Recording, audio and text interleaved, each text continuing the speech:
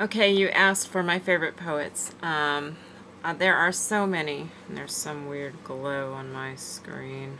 Let's see if I can cut that out.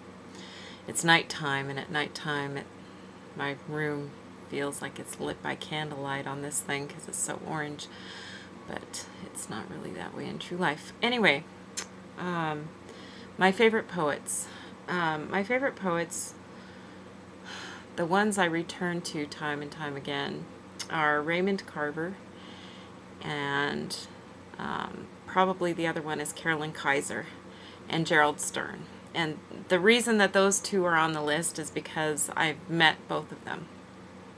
And Carolyn Kizer was when I was publishing my poetry and was really into calling myself a poet and saying that that's what I was, that's what I was going to do, that's what I was going to be. That was before I needed to make a living.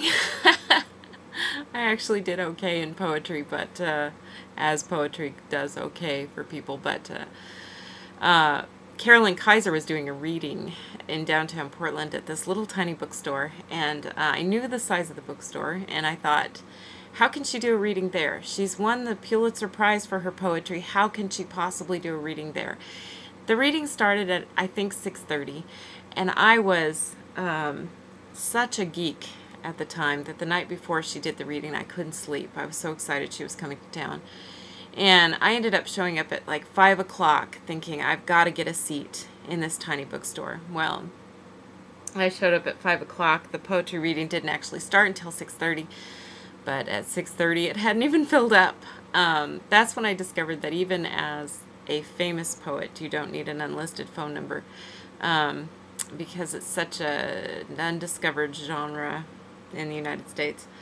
Anyway, so I showed up really early, and she was lovely. She was just, she had just published Harping On, and so she read from that one in particular, and afterwards we had a really good conversation, and I just connected with her on a Gerald Stern's the other one that I've met, and I actually showed up at a party with him there, and he ended up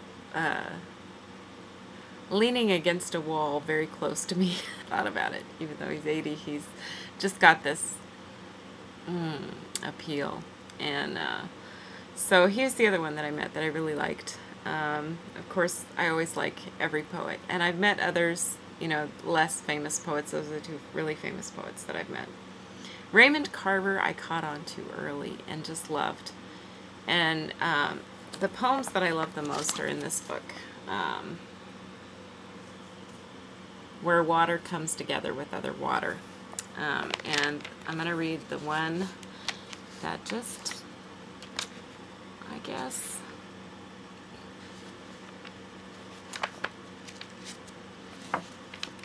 made me grateful at a time when I wasn't really grateful. For Tess. Out on the strait, the water is white-capping, as they say here. It's rough, and I'm glad I'm not out. Glad I fished all day on Morse Creek, casting a red daredevil back and forth. I didn't catch anything, no bites, even not one, but it was okay. It was fine.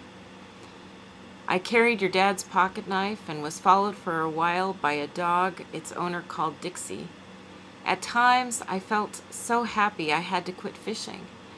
Once I lay on the bank with my eyes closed, listening to the sound the water made and to the wind in the tops of the trees. The same wind that blows out on the strait, but a different wind, too.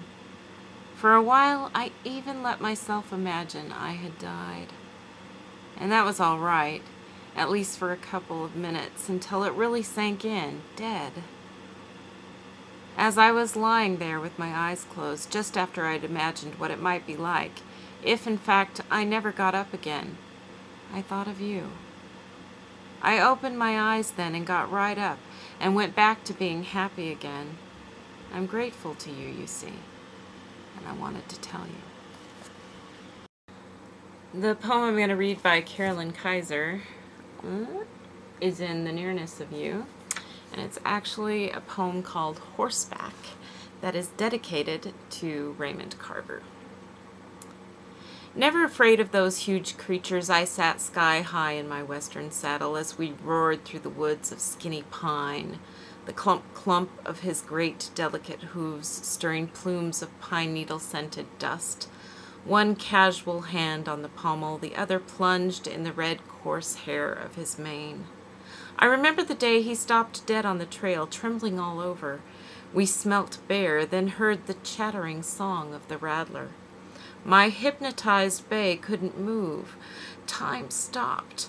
The burnt odor of sage, the smoky noon air, and the old snake, big and round as my skinny wrist, rising up from his rock. Then the screen grows blank, and next it's summer camp. I've mastered a wild mare, bareback, whipping one arm in the sky-wide circles like a movie cowboy, screaming with joy. So now when a stubborn, skittery horse runs away with me, I give him his head, but as he tries to skin me off, plunging under low branches, I grit, "Oh, no, you don't." I bury my face in his neck, hang on for dear life, furious, happy as he returns to race for home. We pound into the stable yard, and I dismount, but wonder at curious gazes turned my way, until I see myself in the tack-room mirror, my face a solid mass of purple welts. Then I began to sneeze and sneeze. My allergies burst into bloom, and I'm forced to quit. And I don't sit 'em out again for 20 years, until I get to Pakistan, and Brigadier Effendi puts me up on his perfect white Arab mare. My thighs tighten the old way as I marry a horse again. I just wanted to tell you about it, Ray.